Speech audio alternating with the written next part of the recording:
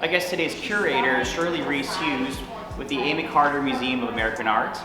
Shirley, we're here today to talk about Louise Nevelson and the world outside. So tell us a little bit about this artist. When did she live? What kind of artworks did she make?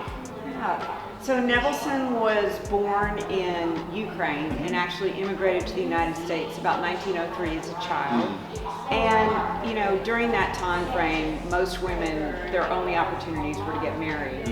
So she grew up in Rockland, Maine, got married by 1920, had a child by 1922, but was really interested in pursuing a career as an artist. But at the time, her husband didn't give her a lot of support.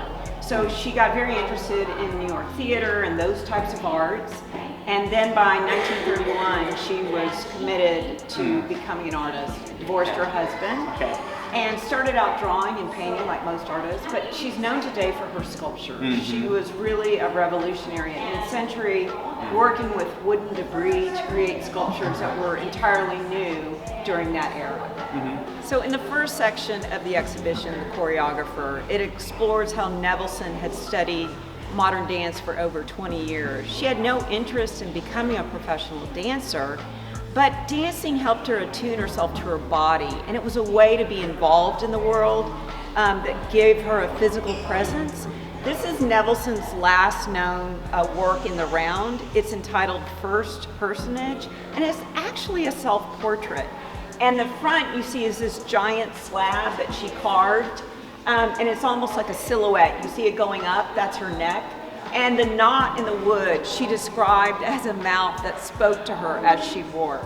So in this section of the exhibition, The Visionary, I wanted to recreate the idea, the experience that Nevelson first created in 1958, where she illuminated all of her black sculptures with blue lights to create a totally immersive experience for her audience. We're standing in front of the Amy Carter's work, Lunar Landscape, and this also reflects Nevelson's deep attunement to the space age and the novel arena of space technology, and there was so much interest in reaching the moon. And so she created the thematic series of works titled Lunar Landscape. Others were titled with sky, night, moon. Often all the works in this gallery reflect that. And so the Lunar Landscape is an imagination of taking everyday objects. Here you see a Windsor chair seat, but it looks totally different the way she's combined it with these objects.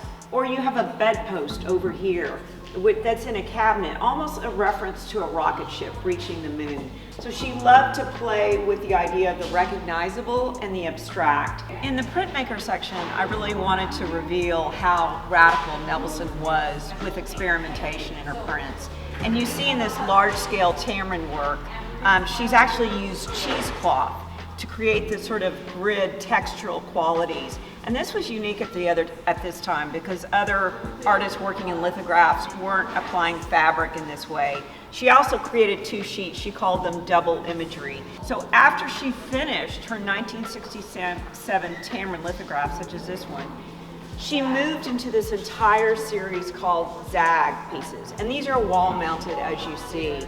So she had gotten the idea almost of working in something that was more flat and two-dimensional, and went from her large-scale walls to these wonderfully elaborate wall-mounted pieces. And she actually did the entire alphabet, Zag A through Z. This is Black Zag K. And so you can see there's everything from little toy cars that are upside down, these sliding doors that create multi-dimensional spaces, and the idea of the zigzag that she created in her prints and then decided to take forward in her sculptures. So this work is from Nevelson's 1967 retrospective entitled Tropical Rainforest. She wanted to create this entryway to her show that reflected how she was really one of the first environmental artists. So it's kind of a fascinating moment where Nevelson is reflecting on this new science of ecology and relating the idea of a rainforest. These different balls, these units, almost seem like furtive creatures hiding in the rainforest. These columns are almost like the colonnades you see in rainforests, but she's inserted mirrors. And in that way, she adds more depth to the piece. And visitors come in and they actually see their own reflection. So it's almost a questioning Nevelson was thinking about humankind's place in the cosmos. Shortly after Nevelson completed Dawn's Wedding Feast, she had hoped someone would buy the entire white installation, and no one did. And she decided to experiment with the color gold.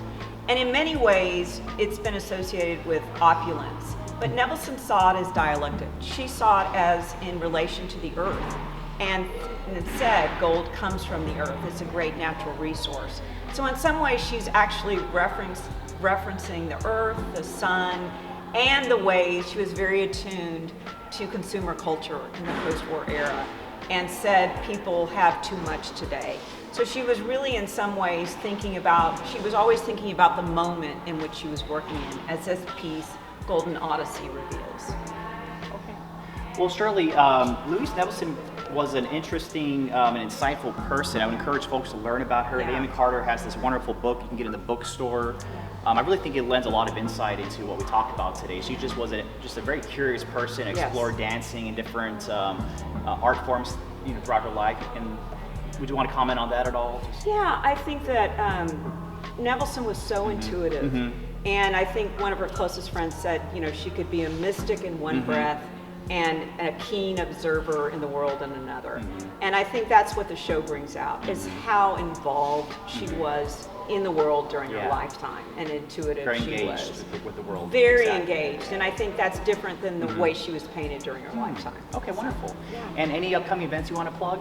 Yeah, second Thursdays, Julia Bryan Wilson will be here to speak, so that'll be an exciting event. Wonderful. Okay. Yeah. Last question: how long does this show run? It just started, by the way, so folks come on out, but runs until It'll be on view until January 7th, Okay. 2024. next year. But don't waste time. It's a lovely show. Come out, check out the book. There's lots of great literature on the walls. Learn about the artwork of this fascinating person, Louise Nevelson. Shirley, it's been fun learning about this artist and her work and everything that she tried to engage us with through her work. So we appreciate your time on this. Thank you so much for having me. It was fun. Okay.